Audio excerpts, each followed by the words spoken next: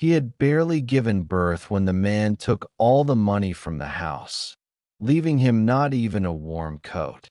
The villagers all thought he would beg the man to come back, but instead, he burned all of the man's belongings that very day, leaving him nothing behind.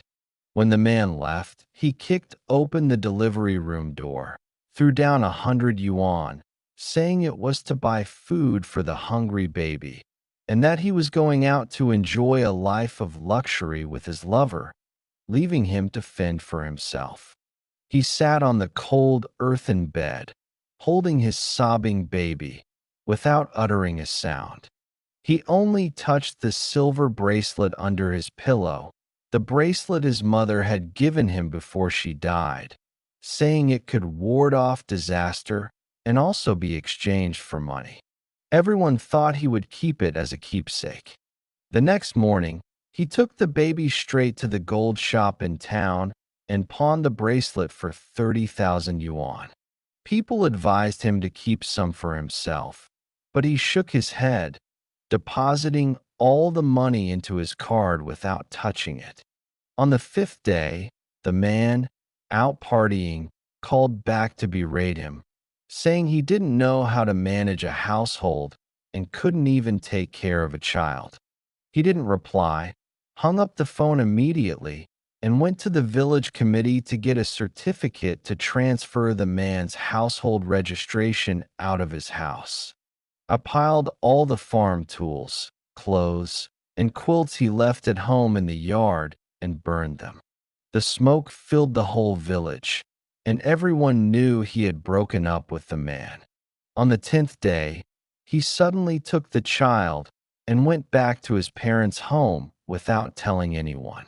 Before leaving, he sold his house to a businessman from out of town for 80,000 yuan less than the market price, with only one request: payment and handover of the house that day.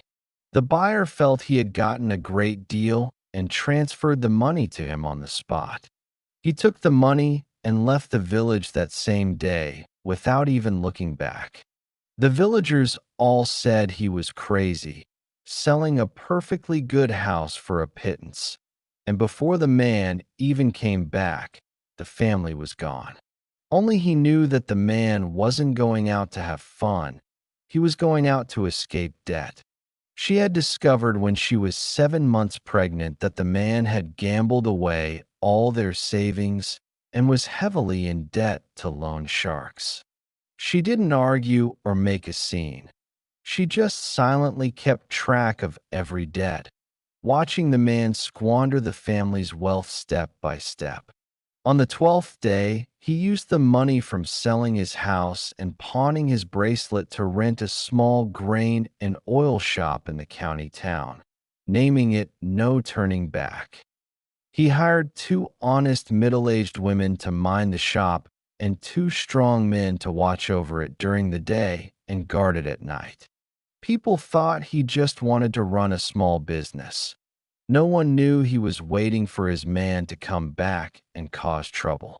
On the 15th day, the man, having spent all his money, returned home disheveled with another woman.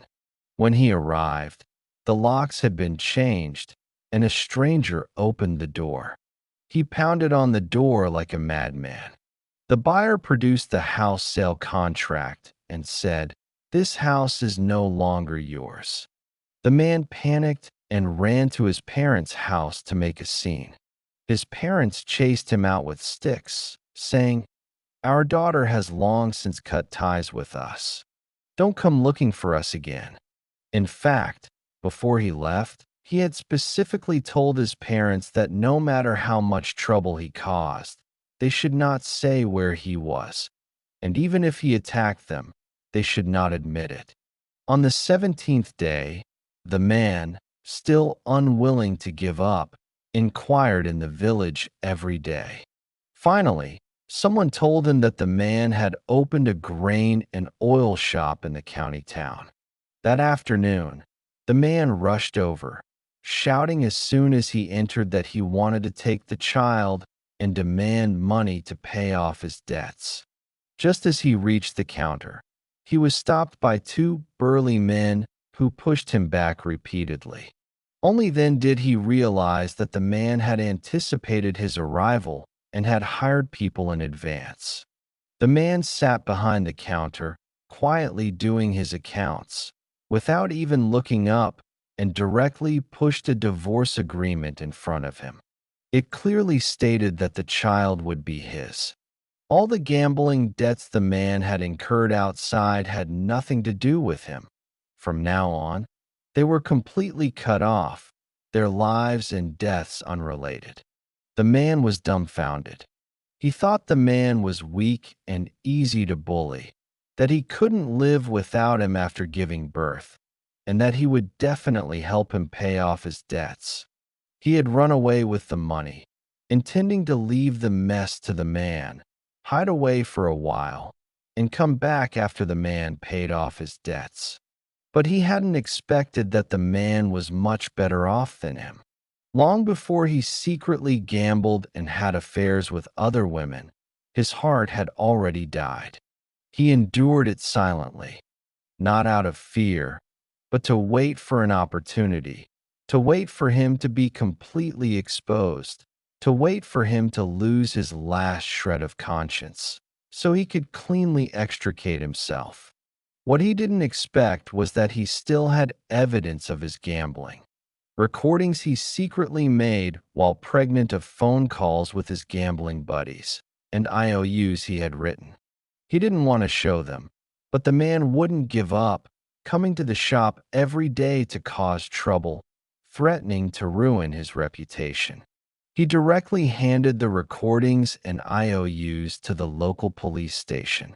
Because of his long-term gambling debts and failure to repay high-interest loans, the man was quickly apprehended and taken away along with his debts. Only then did he realize that he hadn't won. He had been seen through from beginning to end, and his grain. Because the oil shop was never short of money or food, business boomed. He raised his child alone, without having to worry about anyone's feelings or suffer any injustice. His life was 10 times more comfortable than before. When asked why he didn't cry or make a scene during those difficult times, he said crying was useless and making a scene was useless. He had given his heart to the wrong person, and no matter how much he couldn't bear to let go, it was useless. His resolve was never about loud arguments, but about silence and decisiveness.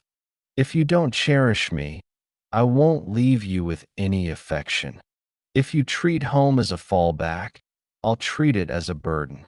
If you only care about your own pleasure, I'll cut off all paths back. Don't wait until someone says nothing to remember their good qualities.